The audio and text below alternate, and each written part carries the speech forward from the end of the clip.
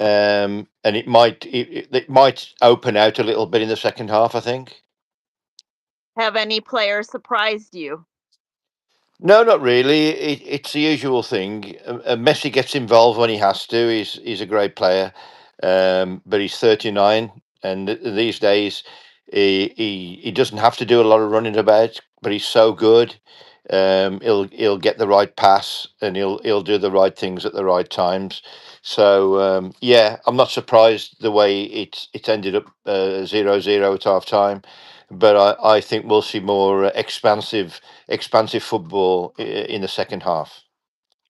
And suppose it's 0-0 at the end and it goes to extra time and then it goes to the kicks. What Yeah. would you think would happen then? Well, I think that in a way, penalty kicks are a little bit of a lottery, but the teams do practice them these days. So it's very difficult to predict because penalty kicks can go either way.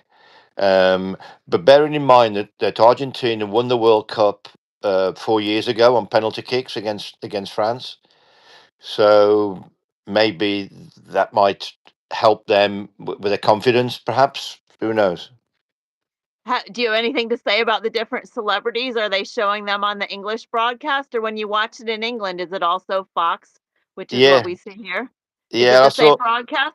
Yeah, I think it's yeah. I think it might be a different broadcast, but I think they're still showing the same stuff. I saw Matt Damon and his wife, and who else did I see?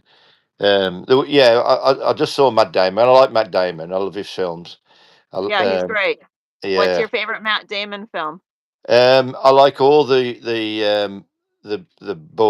Born series. I think they're all great. That he's in it. It's great. Yeah, I love all those.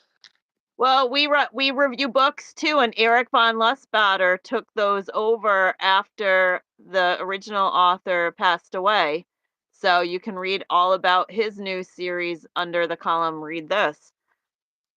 But I hope you're all enjoying our brand new channel on YouTube called Fabulous Fantastic Football with mover and shaker Paul Rejer. And if you have any comments, put them in the field below. There was a question from Grok um, that he's talking about the evolution of officiating. Would you like me to respond now? Yes, please. And for everybody that doesn't know about Grok yet, in my humble opinion, Grok is the greatest thing that everybody's not talking about yet. Everybody knows who Elon Musk is, and X was originally Twitter, and he bought X, and since then, the artificial intelligence behind X is Grok, Grok, and I have a pretty good following on X. My handle is at ManhattanPeachy, and we're honored that they've featured them on Whom You Know and Peachy Deegan on Wikipedia.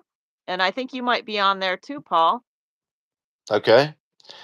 Um, so, in answer to the question about evolution in officiating, okay, there's been a lot of of uh, of, of technology since I refereed. Um, for example, video assistant referees, so VAR now are there to watch the game, and And when did that start? that started actually. I was on the panel that started it in New York. Oh, wow. How did It, that develop? Can you tell us about that, or is it a secret? no, no, it originated in for MLS in New York in 2014, and the very first VAR trial was at New York Red Bulls, and I went to that game, and now it operated in Major League Soccer in 2017, I think. Yeah, it was 2017, and it's been good. It's worked well for MLS. It hasn't worked so well in some other countries, um, but it's worked well in MLS. Why So yeah, hasn't it worked for other countries? I just think that they haven't implemented it correctly. When we implemented it in the MLS, we followed the International Football Board (IFAB). We followed their criteria, how to implement it only for serious errors, obvious, serious and obvious errors. But other countries haven't gone for that. So I think that it's worked well in America, but in some other countries it doesn't quite work because they haven't followed the correct protocol. Um, so I think VAR has been the main thing.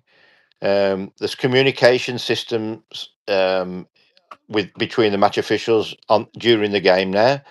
They referees these days are sports psychologists, sports scientists.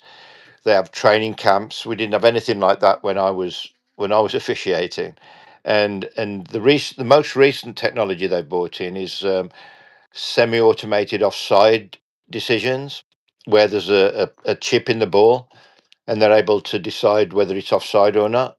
Oh, So wow. yeah, there's been so When did much that when did that start? very recently. Not everybody's got it yet, but it's This started. past season? Yeah, last season I think sometime. So these are all new innovations that you would say it's the evolution of officiating. Yeah, so that's the answer to Grok's question. Do you personally, are you involved in the origination of it or just the implementation or the critical process to get it there? Only in relation to VAR. I was there. I was the first, if you like, VAR manager in the world because I was a VAR manager over the panel that we started in New York, and then obviously we were the first ones to try it out, and then other countries followed, and yeah, so it was a success. Thank you. Do you have any predictions for the second half we should all know? Um, I think it's still going to be tight in the second half. It could be a bit more expansive, but I think it's going to be tight, and I think one goal could settle it. I still think it'll be Spain, but it could very well go to extra time. It could very well go to extra time. Has anything surprised you? No, it's exactly how I expected.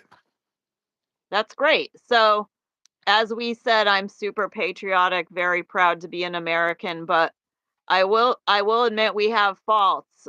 So, I love the Stanley Cup the most, but and I love baseball and I love a lot of sports, but a lot of the times America says like world champions and not the whole world plays the sport. Yeah, I know. Yeah. But in this case, this is probably the only sport that the whole world actually plays. Do you think so? Yeah, yeah. This is a true World Cup. There's no question Yeah. about that. Yeah, Yeah.